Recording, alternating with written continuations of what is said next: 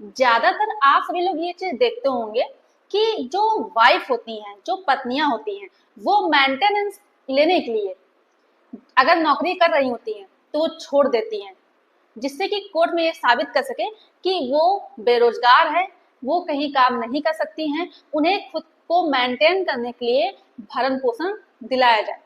लेकिन आज हम जिस जजमेंट की बात करने वाले हैं, इसमें होता ये है कि पति को मेंटेनेंस ना देना पड़े अपनी पत्नी के लिए, तो वो खुद अपनी नौकरी छोड़ देता है, लेकिन फिर भी ऑनरेबल कोर्ट के द्वारा पति के ऊपर मेंटेनेंस लगाया जाता है कि वो अपनी पत्नी को मेंटेनेंस देगा।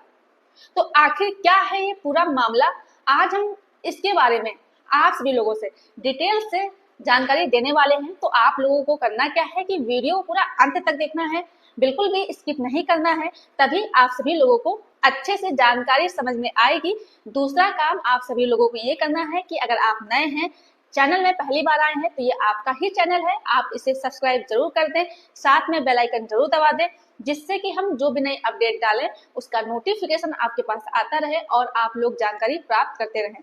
नमस्कार दोस्तों, मैं एडवोकेट दिव्या, आपका आपके इस यूट्यूब चैनल में स्वागत है।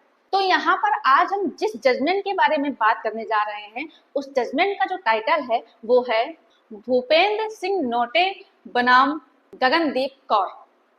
अब हम ज्यादा समय न बर्बाद करते हुए छोटे से वीडियो में आप लोगों को पूरी जानकारी डिटेल से देना चाहते हैं।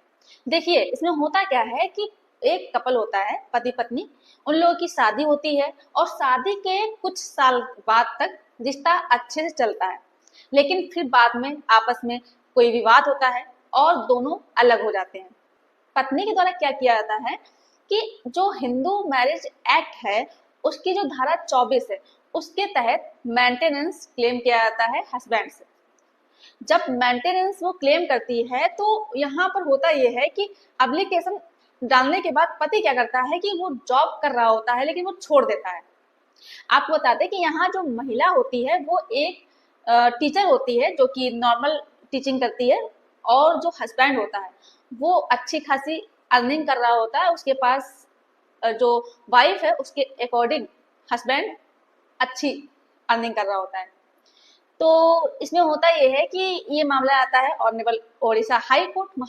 वहां पर हाई कोर्ट सारे एविडेंस, सारे फैक्ट देखते हुए जो ऑर्डर देती है वो ये कहती है कि यहाँ पर जो वाइफ है, जो पत्नी है, वो मेंटेनेंस पाने की हकदार है, उसकी अर्निंग अच्छी नहीं है। और दूसरी चीज जो देखी वो ये देखी कि पत्नी ने जब 24 का एप्लीकेशन डाला है उसके बाद पति ने जॉब छोड़ दी है, जबकि वो पहले काम कर रहा था और वो सक्षम है, कमा सकता है, उसकी अर्निंग भी अच्छी खासी थी। तो ये सारी चीजें देखते हुए ऑनरेबल हाई कोर्ट ने एक ऑनरेबल सुप्रीम कोर्ट के जजमेंट का हवाला भी दिया, जो कि 2024 का ही जजमेंट था, किरण ज्योति मैनी बनाम अनीस प्रमोद पटेल का।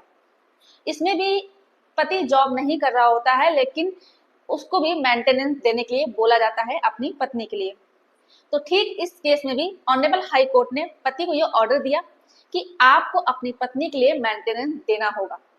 तो ऑनरेबल हाई कोर्ट ने साथ में कुछ चीजों को और कहा, वो ये कहा कि देखिए, आज के समय में जिस तरह से महिलाएं 498A DVHM का दुरुपयोग कर रही हैं, ठीक इसी तरह पुरुष भी ये ट्रेंड में चला रहे हैं कि जब कोई केस होता है तो वो प्रॉपर्टी से बेदखल हो जाते हैं। वो बोलते हैं कि मुझे मेरे माँ बाप ने अपने प्रॉपर्टी से बेदखल कर दिया है, और माँ बाप भी यही बोलते हैं कि हमने अपने बच्चे को बेदखल कर दिया है, और अगर काम कर रहे होते हैं वो छोड़ देते हैं।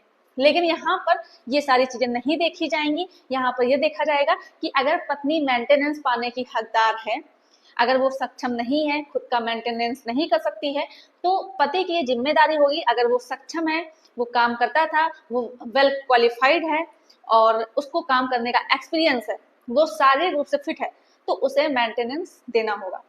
तो इस तरह से ऑनरेबल हाई कोर्ट ने पति को यह ऑर्डर दिया कि वो अपनी पत्नी को मेंटेनेंस दे। आई होप ये जानकारी आप सभी लोगों को अच्छे से समझ में आ गई होगी। अगर जानकारी पसंद आई हो तो वीडियो को लाइक कर दें, ज्यादा ज्यादा लोगों को शेयर कर दीजिए, और ऐसे ही लीगली अपडेट रहने के लिए चैनल को अगर अभी भी सब्सक्राइब नहीं किया है तो ये आपका ही चैनल है, आप इसे सब्सक्राइब जरूर कर दें।